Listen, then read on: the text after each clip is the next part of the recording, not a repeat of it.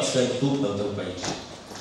Aquesta màxima la podríem traslladar també al terreny de l'idioma, sobretot perquè un idioma defineix en bona mesura un país. Per tant, què puc fer jo pel valencià? Enguany, que s'ha celebrat l'Any Internacional de les Llengües i que en fa 25 de la posada en marxa de la Llei d'Ús i Ensenyament del Valencià, podem fer valoracions i reconèixer que en els 2 decennis i mig s'han fet molts avanços. Abans, els valencianoparlants no eren capaços de llegir i escriure en el propi idioma.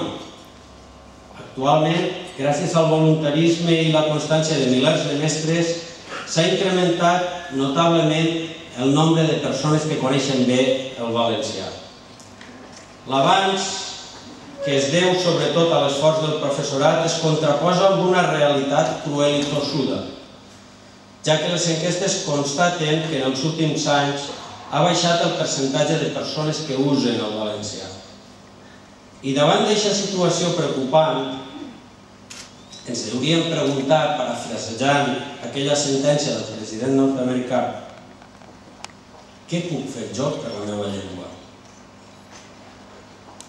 Bé, hi ha iniciatives estupendes, com el voluntariat lingüístic, les parelles lingüístiques, que sens dubte són una ferramenta fantàstica per a intentar canviar la solució en favor del valencià.